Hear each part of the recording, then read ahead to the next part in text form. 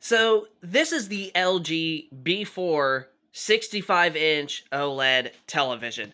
Now, this is a TV that we purchased about a few months ago, and one thing that I'm actually going to say is I'm actually, in fact, I'm actually very thankful that we purchased this particular unit, the B4, or model, I should say, over the LG C4. Now, the LG OLEDs, just in general, have been some of the best TVs out there, on the market, and they still are. But Samsung has really took that crown when it comes to colors and with QD OLED and all that stuff, and you're just getting a whole lot better of a picture with a Samsung QD OLED than you will with an LG. But this TV, however, can actually get pretty darn close to what a Samsung QD OLED has to offer. Now, this is one of the big reasons as to why I decided to get a B4 instead of a C4.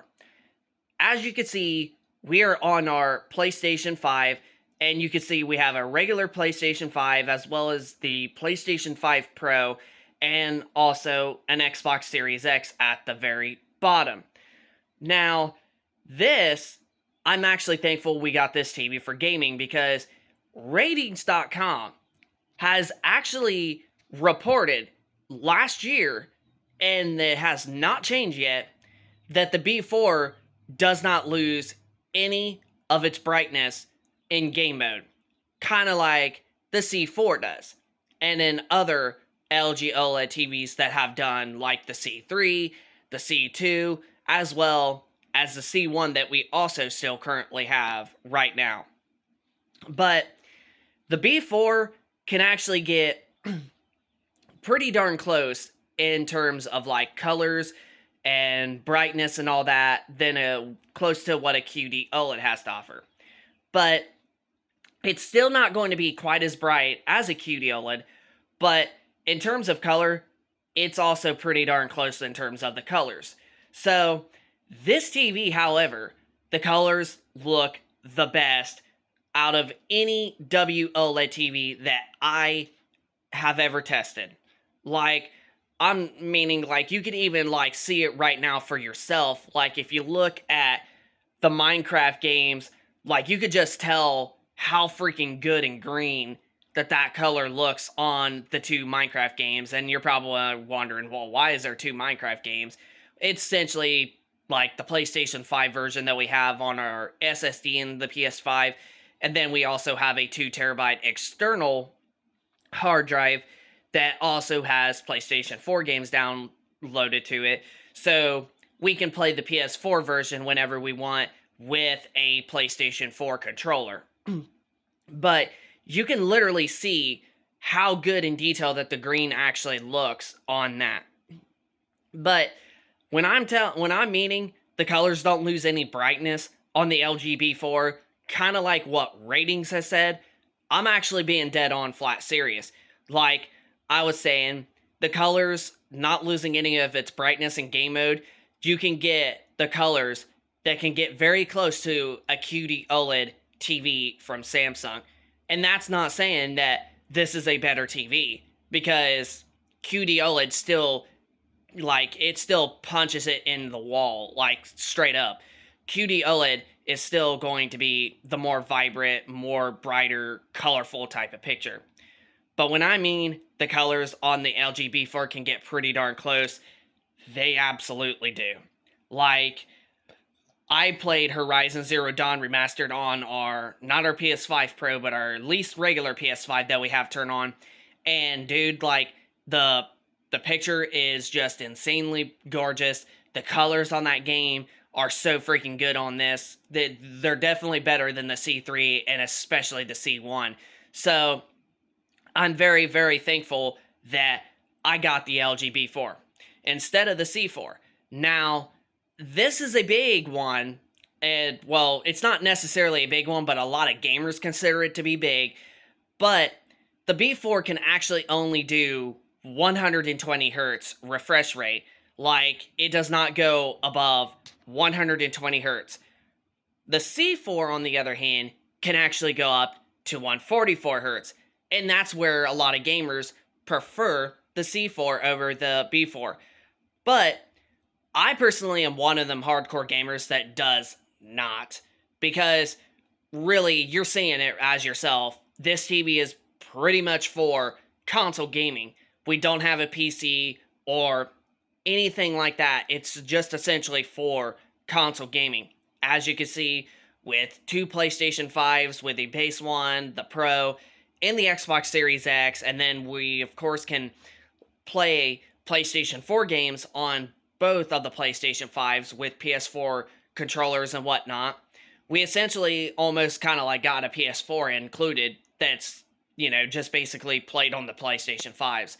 So, really, this is just basically for console gaming, and 120 hertz, like native refresh rate, is honestly still quite honestly good. And I honestly don't expect, and even that there are even some console gamers out there that have prefer the C4 for the 144 hertz refresh rate, because we probably don't know yet, but it's most likely going to be with the next generation of systems, the PlayStation 6 and whatever that Microsoft calls their next Xbox that they just announced that is indeed coming. We don't know what the refresh rate of them consoles are going to be, but I can honestly expect sometime somewhere between 144, 165 hertz, and who knows, they may even go up to 240 hertz. But that doesn't change the fact of a lot of these games from these developers made for the consoles, they just essentially don't even go above 60 frames a second. So if you want the best quality at 4K resolution to give the best out of your, TV and whatnot, you're going to be mostly playing your games at 30 frames a second.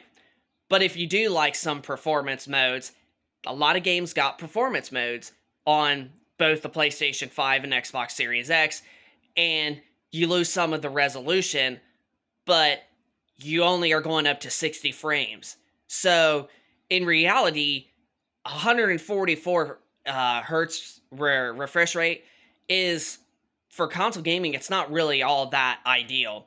Like, even let alone 120 hertz. Like, there's, like, literally, I would say 10 games at most out of, like, the couple of hundred that's currently out for the PlayStation 5 and Xbox Series X. There's legitimately, like, only 10 games out of the hundreds that we got can only do 120 hertz. Most of them, it's Call of Duty, and then you, of course, got Uncharted, the Legacy of Thieves collection, and just a few more other titles. Other than that, there's not very many games that could go up to 120 hertz, let alone even at 1080p Full HD, 120 hertz, and 4K at 60. There's just simply not. Not even the PlayStation 5 Pro is actually helping. It's helping with games being able to play at 60 a little better, but let alone 120, the PS5 Pro is just absolutely not even doing that much. Yes, you're going to get better clarity with PSSR, as well as being able to play with that enhanced with the 60 FPS option that pretty much makes your game look like it's 4K at 60.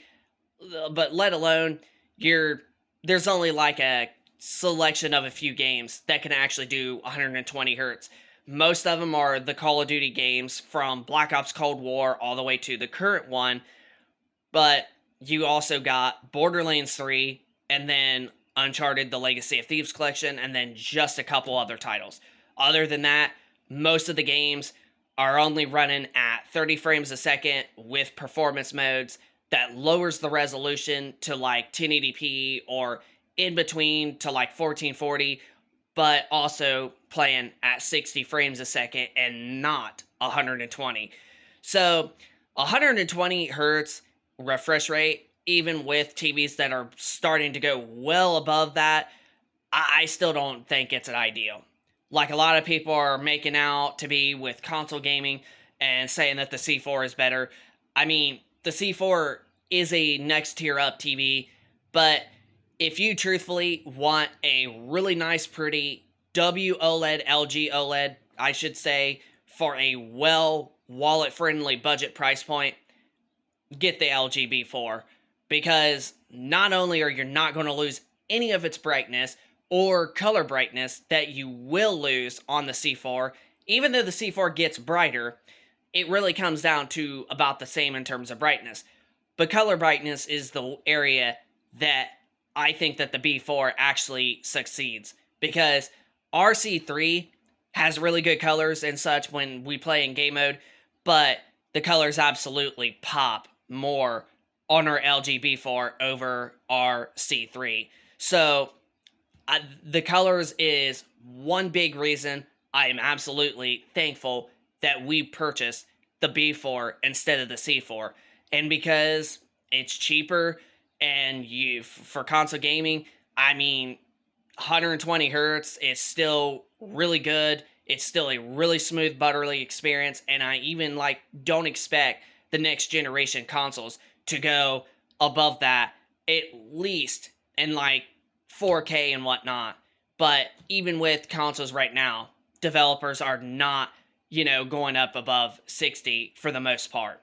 So the B4 is a TV that I would recommend for those you console gamers out there, because the C4 is a great one, but with losing color brightness and having very similar to HDR highlights and HDR brightness, it's just a no-brainer. The B4, saving yourself some money, and even to an extent getting very close to QD OLED in terms of color and not losing that color brightness in game mode, the B4 is just the way to go. The LG B4 is just the best place to go. It's cheaper, and you're going to get a lot more better usage out of it for gaming, and you're not going to lose any signs of any brightness, or especially the more important one, color brightness.